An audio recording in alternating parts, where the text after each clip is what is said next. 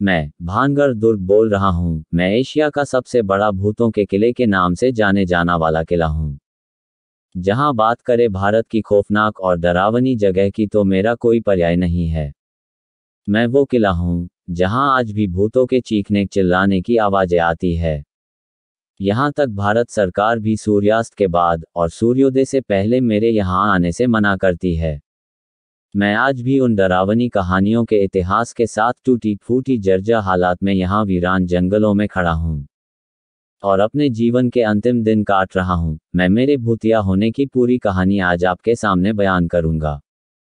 लेकिन जरा सोच कर देखो, सरकार ने तो सूर्यास्त के बाद और सूर्योदय तक मेरे दुर्ग में किसी के रहने की मनाही कर दी है।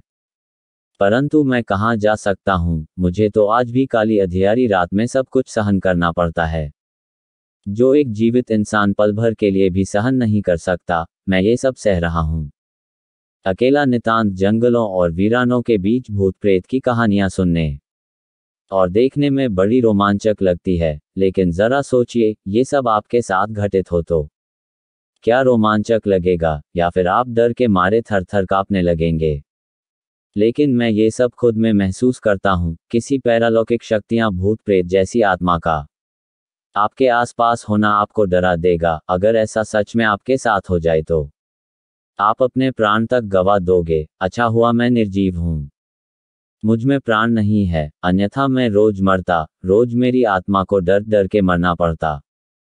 मेरे किले का तालाब वाला क्षेत्र पेड़ों से घिरा हुआ है और महल के परिसर के भीतर एक प्राकृतिक जलधारा तालाब में गिरती है। और आपको बता दे कि किले के परिसर में भूतिया अनुभवों और घटनाओं के डर के कारण अब मेरे से गांव बहुत दूर हो गए हैं। हर कोई मुझे भूतिया बताता है। हर किसी का बस यही डर रहता है कि भानगढ़ किले के भीतर क्या है। कहने को तो संसार में बहुत सारी जगह भूतिया कही है, लेकिन मैं राजस्थान के अलवर जिले के सरिस्का राष्ट्रीय उद्यान के सीमाओं में स्थित ऐसा किला हूँ जिसको सरकार भी सामान्य जगह नहीं मानती। वहां पर लगे नोटिस बोर्ड में साफ लिखा है कि मेरे प्रांगण में रुकना सख्त मना है। अगर आप रुके तो उसके जिम्मेदार आप खुद होंगे। आपको बता दूं, जो भी रात में मेरे दुर्ग में रुका उनके साथ घटित घटनाओं का मैं साक्षी हूं। अकबर के दरबार में 9 रत्नों में से एक महाराजा मानसिंह के भाई माधो सिंह ने मेरे किले का निर्माण 16वीं शताब्दी में करवाया था। मेरे इस विशाल आकार वाले भव्य दुर्ग में पहले लोग भी रहा करते थे, लेकिन भूतिया हो जाने के बाद एकाएक मेरे इस पूरे प्रांगण को खाली कर दिया गया और मुझे अकेला इस वीरान जंगल में छोड़ दिया गया। मेरे किले के प्रांगण की प्राचीर में प्रवेश करते ही आपको टूटे फूटे खंडर दिखेंगे, जो मेरे को शापित होने के पहले ग्रामीण की दुकानों और घरों का एहसास कराते हैं। वहीं पास में आपको नर्तकियों की हवेली की टूटी फूटी हालत दिखेगी और नर्तकियों के घुघरू की आवाज आज भी मैं अंधकार वाली मध्य रात्रि में सुनकर मंत्रमुग्ध हो जाता हूँ और अपने उसी भव्य अतीत में लौट जाता हूँ। लेकिन मैं जानता हूँ उन आत्माओं के दुख को जो कई शताब्दियों से आज भी उस श्राप का तंश झेल रही है। जैसे जैसे आप मेरे परिसर में आगे बढ़ते जाएंगे, कई खंड देखते जाएंगे। किसी भी खंड की छत को सही सलामत नहीं पाएंगे सिवाय मंदिरों के। मेरे प्रांगण में कई मंदिर हैं जो आज भी सही सलामत खड़े हैं। उनके आराध्यों के दर्शनों और उनकी ताकतों से मैं आज भी टूटा फूटा हालत में भूतों की कहानियों के साथ खड़ा हूँ। जैसे ही आप दुर्ग के दरवाजे पर आएंगे, आपको लोहे के द्वार मानो भूतिया किले में आपका स्वागत करने के साथ ही चेतावनी देते हुए दिखाई देंगे। जरा सब्र कीजिए, मैं आपको वो भूतिया कहानी भी बताने वाला हूँ जिससे मेरी हालात हुई। वो सभी डरावनी बातें, उन जगहों के साथ उन घटनाओं का जिक्र करूंगा जो आपको मेरे बारे में बहुत अच्छी तरह समझ आएगी। थोड़ा आगे बढ़ने पर आपको एक ऐसा जलकुंड दिखाई देगा जिसमें पूरे साल पानी भरा रहता है। इसमें पानी आने का रहस्य एकदम गुप्त है, इसलिए इस कुंड को प्राकृत जलकुंड के नाम से जाना जाता है। यहीं पर जलकुंड के पास महादेव जी का मंदिर है जो आज भी ज्यों का त्यों खड़ा है। इस मंदिर का आज भी उस तांत्रिक के श्राप व आत्माएं कुछ भी बिगाड़ ना सके। लेकिन आगे मैं आपको अपने भव्य महल की हालात दिखाऊंगा, जो उन प्रेत आत्माओं ने महल की हालत कैसी कर दी है। अब आगे चलते चलते मैं आपको मुख्य महल की ओर ले चलता हूँ। जो मेरे दुर्ग का सबसे मजबूत और राजशाही परिवार का निवास स्थान हुआ करता था। आप देखिए कितनी मजबूती से मेरे महल के परकोटे और दरवाजे का निर्माण किया। लेकिन किसी हमले से तो मैं बचा रहा, लेकिन उन आत्माओं से बचने के लिए ये परकोटे मजबूत नहीं थे। और मेरी एक जीर्ण शीर्ण हालत का जिम्मेदार मैं किसको मानूं? दोस्तों, मैं अपनी पूरी दर्द भरी कहानी बयान करूंगा, मेरे मुख्य महल के अंदर प्रवेश करते ही आपको चमगादड़ों के मल की बदबू से लेकर चमगादड़ों की आवाज के साथ जीर्ण शीर्ण हालत में मेरे महल के कमरों की दीवारें दिखाई देगी। मानो आपसे कह रही हो कि हमारी इस दयनीय दशा को देखो। काली अंधियारी रातों में चमगादड़ों की चमकीली आंखें मुझे मेरे राजशाही दिनों की याद दिलाती है। शापित और आत्माओं का बसेरा होने से पहले मैं एकदम रंगीन जगमगाता हुआ विशाल दुर्ग हुआ करता था। वैसे ही मेरे नज़ारे हुआ करते थे। इन्हीं महलों और इन्हीं कमरों में राजशाही परिवार की महिलाओं के कदम पड़ते थे और उनकी पायल की छन छन की आवाज़ों से मैं भाव विभोर हुआ करता था। लेकिन अब मुझे कई प्रकार की प्रेत आत्माओं और नर्तकियों के घुघरू की आवाज़ों के साथ काली अंधियारी रातें गुजारनी पड़ती है। इन्हीं महलों में रहने वाली एक राजशाही परिवार की रानी हुआ करती थी, जो मेरे ही महलों में आती जाती, मैं उसको निहारते रहता। इतनी सुंदर रानी मेरे यहाँ निवास करती है। फिर आई वो काली अंधेरी रात जिस दिन मेरे इस राजमहल को भगवान जाने किसकी नज़र लग गई।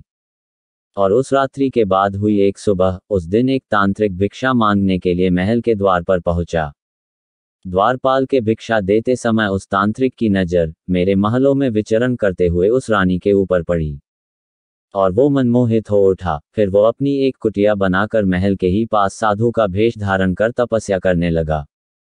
रानी और उनकी दासियों पर नजर रखने लगा। फिर एक दिन ऐसा हुआ कि उस खूबसूरत रानी ने नहाते हुए अपनी दासी से कहा, प्यारी दासी जरा देखो तो, बालों में लगाने वाला सुगंधित तेल खत्म हो गया, तू लेकर आएगी क्या बाजार से? ये चर्चा तो निजी कमरे में रानी और दासियों के बीच हो रही थी, परंतु मैंने महसूस किया कि उस तांत्रिक ने अपनी तंत्र विद्या से रानी और दासियों में होने वाली चर्चा को सुन लिया और अपनी तंत्र की क्रिया से महल के बाहर मौजूद बाजार में एक दुकानदार बनकर बैठ गया। महल के बाहर इन दुकानों के अवशेष आज भी आप देख सकते हैं। फिर क्या था, मेरे महल के दुर्ग से निकलती हुई एक दासी देखी, जो संभवतः सुंदर रानी के बालों में लगाने वाला सुगंधित तेल लेने जा रही थी। मैंने देखा कि रानी के लिए हमेशा एक ही दुकान से सामान लाया जाता था, परंतु जैसे ही दासी की नज़र में उस तांत्रिक ने अपनी नज़र डाली, मानो दासी तंत्र क्रिया से सम्मोहित होकर उस तांत्रिक की दुकान की ओर मुड़ गई।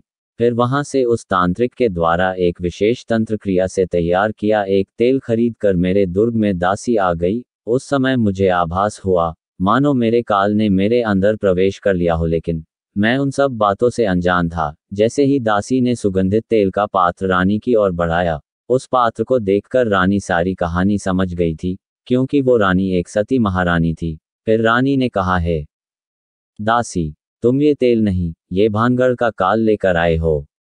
ये सुनकर दासी सुन्न हो गई। फिर रानी ने आदेश दिया कि महल के बाहर निकल जाओ और इस तेल को एक बड़ी पत्थर की चट्टान पर उड़ेल दो। फिर क्या था, रानी की दासी ने आदेश का पालन किया और महल के बाहर जाकर तेल फेंक दिया। जैसे ही रानी वापस आई तो वह देखती है कि कक्ष में राजा के साथ सारे मंत्रीगण मौजूद थे। रानी ने सारा वृतांत कह सुनाया। फिर सभी इंतजार करने लगे। उस काल रात्रि के 12 बजने वाली थी, जो मध्य रात्रि के एक निशानदेही मानी जाती है। महलों की खिड़कियों से सभी राजशाही परिवार दर्शक के रूप में बैठे बैठे देख रहे हो, और रात्रि में वो चट्टान जिस पर तेल डाला गया था, वो उड़कर सीधे उस तांत्रिक की कुटिया में घुस गई और सीधी तांत्रिक के ऊपर गिर गई। उसने मुझे श्राप देते हुए ऐसा तांत्रिक टोटका कहा और श्राप दिया कि कुछ ही घंटों के बाद जो भी इस महल में रहेगा उसके प्राण में ले लूंगा। ये श्राप सुनकर आनंद फानन में महाराजा ने अपने पूरे परिवार सहित ये राजमहल छोड़ने का निर्णय लिया था। लोग महल छोड़ दिए और पूरा नगर खाली हो गया, लेकिन जल्दी इतनी थी कि पूरी रात में पूरा नगर खाली नहीं हो पाया और सुबह होते ही उस तांत्रिक की आत्मा ने नागरिक और राजशाही परिवार के सदस्य जो दुर्ग में बच गए थे, उसने उन सभी के प्राण ले लिए और मैं ऐसे ही खड़ा खड़ा सबको देखता रहा। मैं सहम गया। मैं अपने नगर को उजड़ते हुए अपनी आंखों से देख रहा था, और मैं कुछ न कर सका और कुछ ही महीनों में मेरा महल खंड बन गया, और पूरे महल की छतों को जगह जगह से गिरता हुआ महसूस करने लगा। लेकिन आप आइए, मैं आपका स्वागत करता हूँ।